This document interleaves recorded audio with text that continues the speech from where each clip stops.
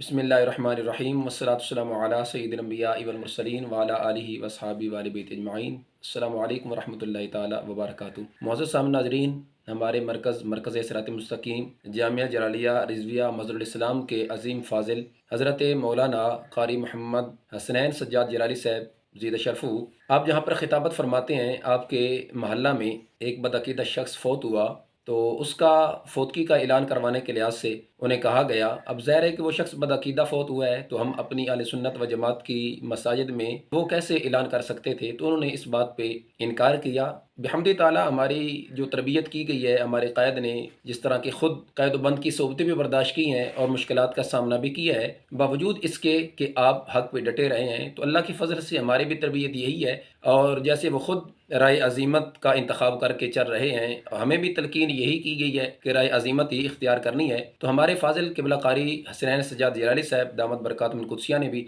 رائے عزیمت کو اختیار کیا اور اعلان کرنے سے آپ نے انکار کیا، جس پر ان حضرات نے ایک پراپوگنڈا کیا کہ قاری صاحب قبلہ کی جو ایک ویڈیو تھی وہ خفیہ بنائی اور اسے وائرل کر دیا، اور پھر اس پہ ایک انتشار اور افتراء کھڑے کرنے کی کوشش کی۔ السلام علیکم ورحمۃ اللہ وبرکاتہ۔ آج ایک بڑے افسوسناک واقعے کی آپ کو اطلاع دے رہے ہیں۔ ایک امام مسجد نے آج جنازے کی فوتگی کا اعلان کرنے سے انکار کیا ہے اور یہ کہا ہے کہ جی آپ اہل تشیع ہیں، اہل سنت کی مسجد میں اہل تشیع کی فوتگی کا اعلان نہیں ہو سکتا۔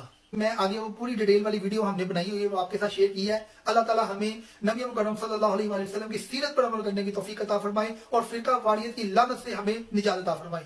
دشمن حیدر کرار خدا کا دشمن، دشمن رب کا نبی السلام علیکم۔ یہ اعلان کر ابن مر جانا یہ ہے سامنے کیوں کیوں وجہ آپ لڑائی کرنے آئے ہو؟ لڑائی نہیں کرنے کہ آیا آپ پہلے بتا دیا کہ نہیں کرنا، کسی نہیں، اور کس وجہ، مطلب کیا ریزن کیا بس نہیں، ہمارا مسلک نہیں ملتا، نہیں کرنا۔ نہیں کیا ہمارا کیا مسئلہ ہے؟ آپ کہہ لے تشیع، ہمارا اہل سنت ہے۔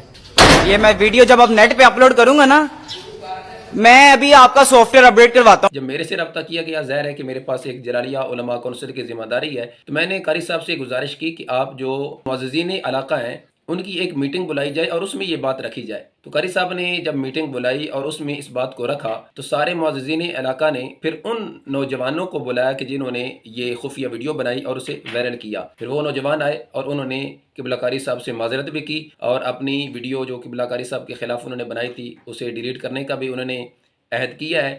سید محب علی، جو غلط ویڈیو میں نے مسجد مدینہ منورہ کی بنائی ہے مسلم آباد اسٹیشنری میں، اس کے لیے میں معذرت کھاؤں، بالکل ٹھیک ہے، جس سے محلے دار بھی اعتراض کر رہے ہیں، اس کے لیے بھی معذرت کھاؤں، ٹھیک ہے۔ جو حرکت کی ہے اس کی میں ویڈیو ڈیلیٹ کر دوں گا، ٹھیک ہے۔ قبلہ قاری صاحب سے جو 2-3 دن پہلے میں نے سوشل میڈیا پہ ویڈیو اپلوڈ کی تھی، اس کے لیے میں ان سے تہہ دل سے معذرت خواہ ہوں، اپنے عمل کی میں ان سے معافی چاہتا ہوں۔ قبلہ اللہ تعالیٰ اہل سنت و جماعت کو عروج نصیب فرمائے، غلبہ نصیب فرمائے، اللہ تعالیٰ علماء اہل سنت کی حفاظت فرمائے، وما توفیقی الا باللہ۔